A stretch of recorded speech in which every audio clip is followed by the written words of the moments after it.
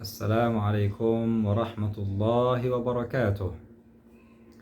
Firman Allah Subhanahu wa taala di dalam surah Hud ayat 115. A'udzu billahi minasyaitonir rajim. Bismillahirrahmanirrahim. Wasbir fa innallaha la yudhi'u ajral muhsinin.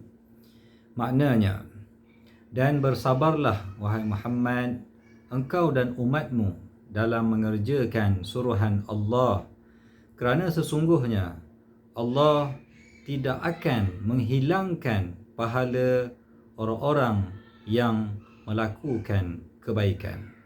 Keterangan ayat, Allah Subhanahu wa taala memerintahkan Nabi Muhammad sallallahu alaihi wasallam dan orang-orang yang beriman supaya bersabar di dalam melaksanakan perintah Allah Subhanahu wa taala.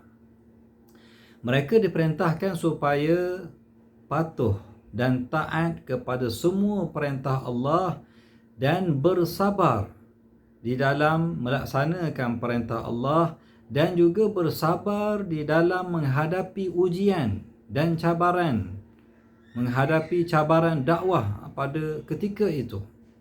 Allah Ta'ala merintahkan mereka supaya bersabar, kerana sesungguhnya Allah Subhanahu wa taala tidak akan mensia-siakan pahala orang-orang yang mengerjakan kebaikan, orang-orang yang muhsinin.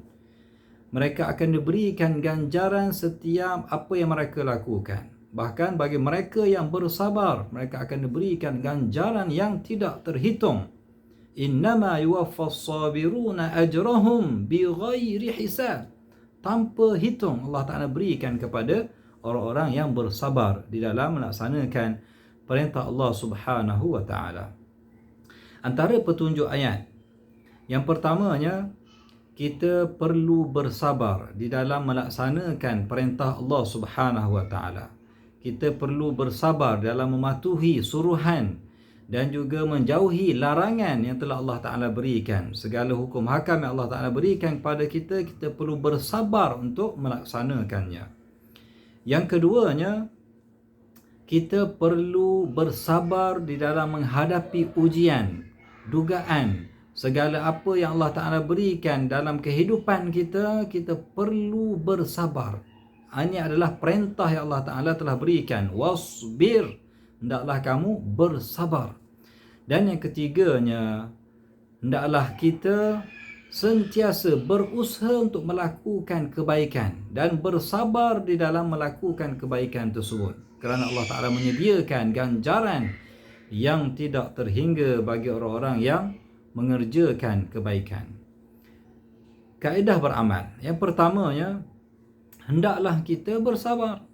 Hendaklah kita bersabar di dalam mentaati perintah Allah Ta'ala, dalam melaksanakan perintah Allah Ta'ala, dalam kita menjauhi segala larangan yang telah Allah Ta'ala larang pada kita. Kita perlu sentiasa bersabar, sentiasa bersabar dalam ketaatan dan kepatuhan kita kepada Allah Subhanahu wa taala.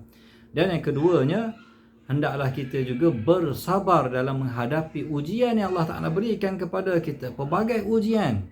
Maka hendaklah kita bersabar juga. Jangan kita berputus asa dari rahmat Allah Subhanahu wa taala. Dan yang ketiganya, hendaklah kita sentiasa berusaha untuk menjadi orang yang sentiasa melakukan kebaikan dan bersabar dalam melaksanakan kebaikan yang kita lakukan tersebut. Semoga Allah Ta'ala menjadikan kita semua orang yang bersabar dalam melaksanakan perintahnya, dan juga semoga Allah Ta'ala membantu kita untuk kita bersabar di dalam menghadapi segala ujian dan dugaan yang Allah Ta'ala berikan kepada kita. Amin. Wallahu a'lam wa sallallahu ala nabiyyina Muhammad wa ala alihi wa sahbihi wa sallam. Walhamdulillahi rabbil alamin.